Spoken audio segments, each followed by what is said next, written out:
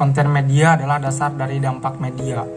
Dengan mempelajari isi media, maka kita akan menyimpulkan fenomena yang kurang terbuka dan kurang terlihat, yakni orang-orang serta organisasi yang menghasilkan konten. Konten media ini dapat merefleksikan realitas sebenarnya, bukan pula cerminan dari dunia di sekitar kita. Konten media justru diciptakan oleh berbagai faktor yang menghasilkan berbagai versi realitas, yakni bagaimana konten media ini diproduksi dan dibentuk. Salah satu faktor yang mempengaruhi konten media adalah media rutin. Gen dan Gitlin menyebutkan bahwa isi media dipengaruhi oleh cara-cara di mana komunikasi para pekerja dan perusahaan mereka bekerja.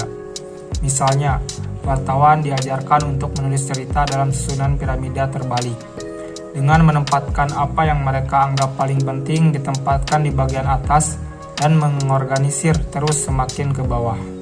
Penilaian wartawan karena itu menentukan isi cerita berita tersebut.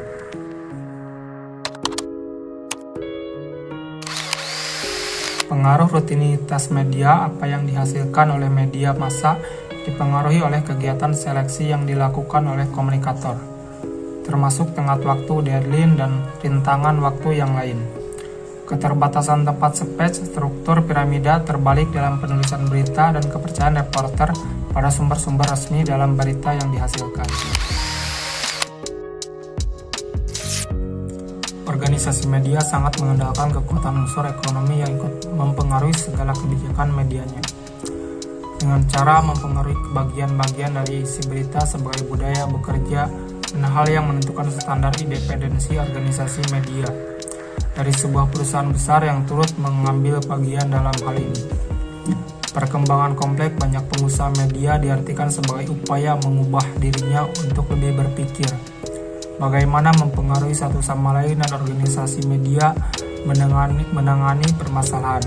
Kekuatan organisasi media memiliki sangat menentukan kebijakan media, sehingga pengaruh organisasinya seperti halnya tujuan-tujuan dari media akan berpengaruh pada isi yang dihasilkan. Salah satu tujuan yang penting adalah mencari keuntungan materi.